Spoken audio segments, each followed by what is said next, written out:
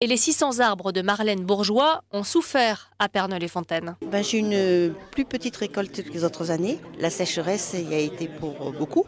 Même constat chez Éric Mathieu, président du groupement des oléiculteurs de Vaucluse. Toutes les parcelles qui n'étaient pas irriguées ont fait très peu d'olives, voire pas beaucoup. Et s'ils en ont fait, les rendements étaient très faibles. Puis les olives sont toutes petites, donc après les moulins ont du mal à triturer. Ça entraîne pas mal de problèmes. Par contre, dans les terrains irrigués, on est arrivé jusqu'à 25% de rendement en moyenne, ce qui est très beau et en début de saison en plus. Explication de Sébastien Laverge, technicien pour l'Afidol, l'interprofession de l'olive. C'est un arbre méditerranéen qui adapte son métabolisme aux conditions hydriques. Donc si on a de faibles pluies, quelque part, il va faire moins de bois et moins de fruits. Le fait d'arroser permet d'atteindre le plein potentiel de production de l'arbre. Il faut donc maintenant irriguer si l'on veut des olives. Avant, c'était considéré comme une option, c'est vrai. Désormais, ça devient quelque part une obligation. Si on veut être rentable au niveau de l'oléiculture, oui, il faut arroser, quoi. André Bonhomme a investi pour ses 250 arbres. Il ne regrette pas. J'irrigue, je fais du goutte à goutte.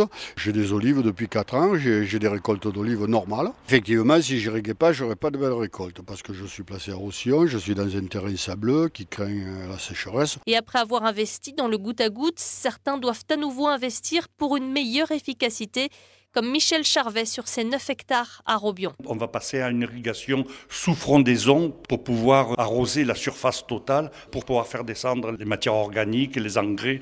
On garde un peu notre goutte à goutte, mais on va installer des asperceurs sous frondaison avec des petits débits, etc. Ça sera pour arroser la nuit. Il y a aussi plus simple, à Perneux, chez Jean-Marc Bourgeois. Moi, j'irrigue en gravitaire, c'est-à-dire je trace des raies au sol et je fais couler l'eau au sol sous la frondaison. C'est ce qu'on faisait avant et c'est ce qui existe aussi dans d'autres pays, notamment au Maghreb. Ce qu'ils font, eux, ils font des cuvettes autour des oliviers et ils versent de l'eau dans les cuvettes. Et cette inquiétude, Isabelle Casamayou du groupement des oléiculteurs de Vaucluse. L'olivier a besoin d'eau d'une part pour produire ses fruits, mais pour produire du bois nécessaire à la fructification de l'année qui suit.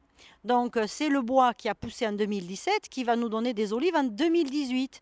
Et dans les situations qui ont été particulièrement sèches en 2017, les oliviers n'ont pas poussé. Seule consolation, en cas de sécheresse, il n'y a pas ce ravageur, la mouche de l'olive.